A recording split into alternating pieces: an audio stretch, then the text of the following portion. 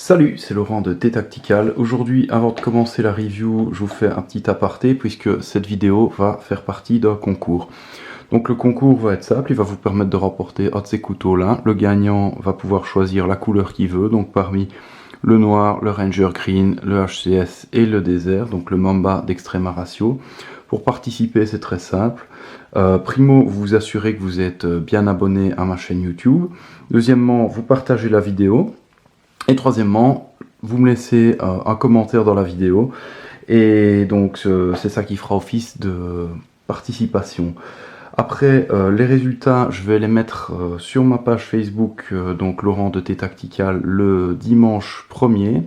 Et là, donc, je sélectionnerai un gagnant, aléatoirement, qui recevra le couteau de son choix, que je contacterai pour avoir son choix, évidemment, et à qui je l'enverrai par la poste. Et donc voilà, rien à faire de plus que ce que je vous ai dit pour participer. Donc abonnez-vous à la chaîne, partagez la vidéo, laissez un commentaire et j'annonce les résultats sur ma page Facebook le dimanche 1er.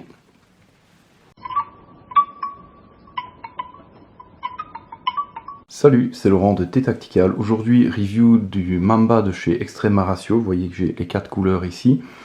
Donc c'est un couteau qui à la base a été conçu pour les passants molles, avec une lame en acier N690 Buller. Hop, je vais vous faire un petit, voilà. Donc avec une gorge comme vous pouvez voir qui va permettre d'alléger un petit peu la lame, tout en gardant quand même une bonne rigidité. Je vous mettrai ici, j'insérerai dans cette vidéo des extraits qui vont vous permettre de voir un petit peu plus en détail. Mais ici vous pouvez voir qu'il y a le niveau de dureté, le nom du modèle et la marque Extrema Ratio qui sont indiqués sur la lame. Plus dans la gorge, je ne sais pas si on le verra, mais il y a le Made in Italy. Et de l'autre côté, le numéro de série. À savoir aussi que sur les Mamba, tous, il y a écrit Mamba. Et puis, si vous prenez le noir, en fait, le nom, hop, je ne sais pas si on va bien le voir, voilà, c'est Black Mamba. La lame, comme on le voit assez facilement, a un profil Tanto, donc avec une épaisseur de 4 mm, donc ici. La longueur de la lame c'est 116 mm, le tranchant comme d'hab c'est rasoir. Et alors au niveau de la finition, ici je vous ai montré le black, donc avec un coating de surface qui est noir, et tous les autres ici dans les autres couleurs ont une finition stonewash. Je ne sais pas si on le verra parfaitement ici, je pense que oui. Voilà. Donc au niveau de la poignée, elle est comme ils le font très souvent, elle est en forprenne. Je vais encore même rapprocher un petit peu ici. Hop. Voilà, donc poignée en forprenne, comme sur la plupart des modèles, en tout cas des modèles fixes. Alors, dispo en noir, forcément, le grand classique. Toujours classique, la couleur désert. Voilà. Puis, nouveau couleur HCS qui est un petit peu plus brune que la couleur désert, si je sais pas comment ça va rendre sur la vidéo. Et enfin le Ranger Green, donc un vert un petit peu plus foncé que le vert olive. De nouveau, vous fiez peut-être pas à ce qu'on voit sur la vidéo, c'est pas toujours évident de rendre correctement avec les couleurs. Donc ça c'est pour les couleurs de poignée. Évidemment les étuis qu'on verra dans un instant sont assortis. Au niveau de la poignée, ici, faut vous dire que compte tenu de la taille, on a une prise en main qui est vraiment excellente, toujours avec ce renfoncement ici qui va permettre d'aller mettre deux doigts pour une prise en main optimale. On a ici cette texture qui est ajoutée sur la fin de la lame ici, qui va permettre d'avoir une bonne accroche au niveau du pouce, malgré le fait que la poignée, qu'il n'y a pas à proprement parler de garde, on a quand même ici le renfoncement qui fait un petit peu office de garde et qui va éviter d'aller trop facilement glisser sur la lame. Donc on a une poignée qui est assez fine, hein, comme vous pouvez voir. De nouveau, je vais revenir un peu plus, voilà. Et ici vous pouvez voir aussi au niveau de la construction que la lame, en fait, elle traverse complètement le couteau. Elle est retenue ici par une vis et elle arrive ici à la fin. Donc ça a donné une construction qui est optimale, puisqu'en réalité il s'agit d'une lame avec une poignée qui vient se mettre dessus. Donc aucun jeu, aucun mouvement. La matière, bah, comme d'habitude, le Forpren c'est assez confortable puisqu'on est un petit peu à mi-chemin entre un plastique dur et un caoutchouc mou, hein, suivant comment vous voulez voir les choses. Au niveau de la solidité, toujours par rapport à la taille de ce couteau, on a un niveau de solidité qui est vraiment pas mal puisqu'on a une lame qui a quand même 4 mm d'épaisseur. Plus le fait qu'on a une pointe type Tanto, donc on n'a pas de pointe ultra fine qui risque de péter. Si vous regardez ici, je vais essayer de me rapprocher encore un peu le profil de la lame. Vu du dessus, vous allez remarquer que l'épaisseur reste la même quasiment jusqu'au bout. Il y a vraiment ici 1 cm où ça diminue, mais avant ça, ça reste très épais, donc c'est du costaud. Au niveau de la longueur totale du couteau, on est à 237 mm, donc 23,7 cm. Au niveau du poids, on est à 85 grammes. Alors, là où ça devient drôle, parce que déjà ce couteau est très intéressant en soi, mais là où ça devient particulièrement intéressant, c'est au niveau du système d'étui. Donc là, je vais garder celui-là de côté et je vais vous montrer un petit peu comment fonctionne le système. Donc ici, il a déjà été installé sur cette pièce-ci. Voilà. Donc comme vous pouvez voir ici, l'étui en fait va venir se glisser dans les passants molles et on utilise les clips de rétention qui sont ici. Donc voilà, celui-là par exemple, c'est l'étui pour le désert. Donc vous voyez un petit peu maintenant comment ça s'installe. Je vais vous montrer un petit peu plus en détail quelles sont les caractéristiques.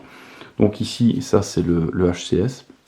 Donc, première chose à constater, il y a un petit levier ici qui sert, je vais encore une fois zoomer, voilà, petit levier de rétention, donc vous pouvez voir qu'il y a une encoche sur le dos de la lame ici, et voilà, donc le levier va permettre une rétention optimale, sortira pas par accident, et si vous devez sortir le couteau, ben, vous appuyez avec le pouce, ici je suis pas très bien mis, hop, simplement, et la lame vient. Vous pouvez voir que quand je le rentre, automatiquement le levier se réengage, puisqu'il est retenu par un ressort ici.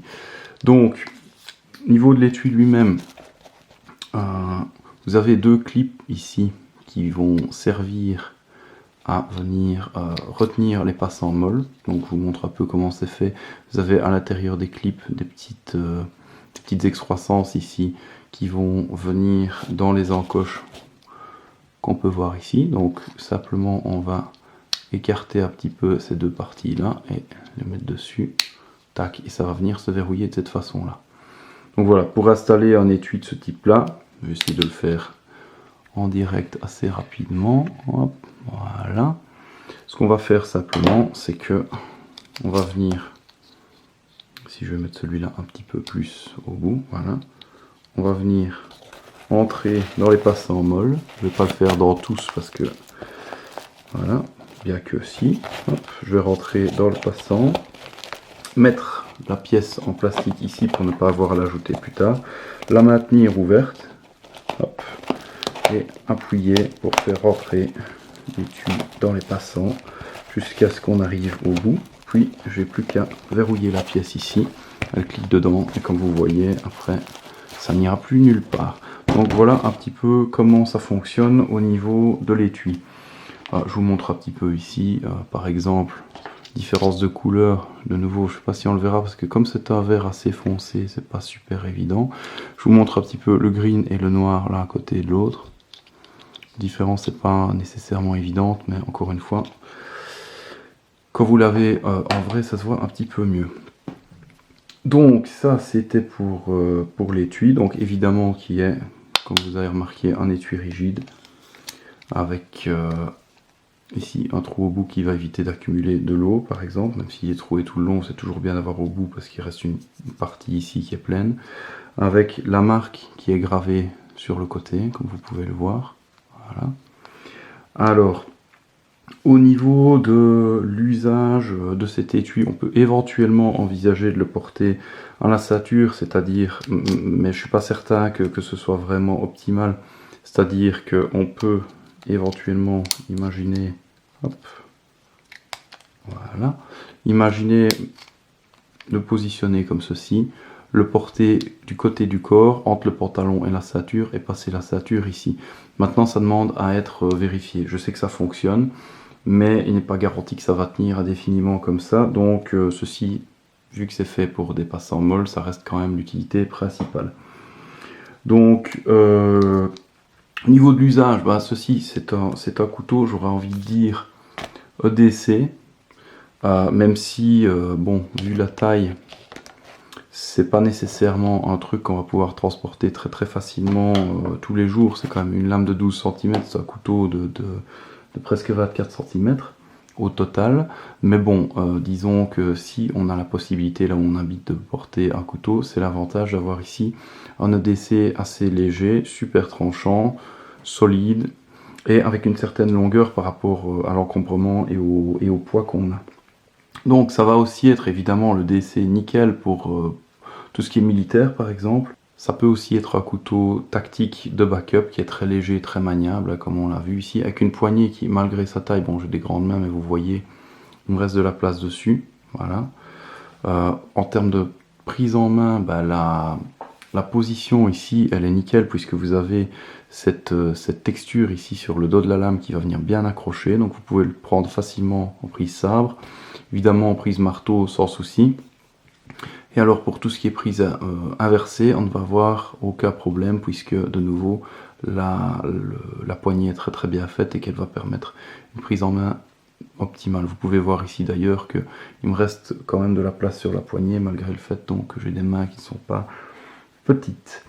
Au niveau du prix et de la disponibilité, alors là il y a 2-3 infos à donner. Primo, au niveau du prix pour, hop, je vais essayer de refaire le point là-dessus. Voilà. Pour le black qui est ici, la finition black, on est à 159,60 €. Et pour tous les autres modèles, donc le HCS, le Ranger Green, hop, et si j'arrive à le récupérer, le désert, on est à 148,6 €. Donc voilà. À savoir aussi que si vous voulez vous procurer ces couteaux là, vous pouvez les commander directement chez Extrema Ratio. Je vous mettrai en bas de cette vidéo un code qui vous permet de recevoir à l'achat d'un de ces couteaux gratuitement un aiguiseur au diamant. Hop. Voilà, je vous montre un petit peu la tête que ça. Voilà, une plaque d'alu avec l'aiguiseur diamant dessus et une gravure laser personnalisée gratuite. Donc ici vous pouvez voir que j'en ai une moi sur ce couteau aussi que je vais reviewer prochainement. Vous voyez un petit peu comment c'est. Donc voilà, on a fait un petit peu le tour. N'hésitez pas à commenter, à partager cette vidéo, à vous abonner à la chaîne. Et d'ici la prochaine review, je vous dis à bientôt. Ciao ciao.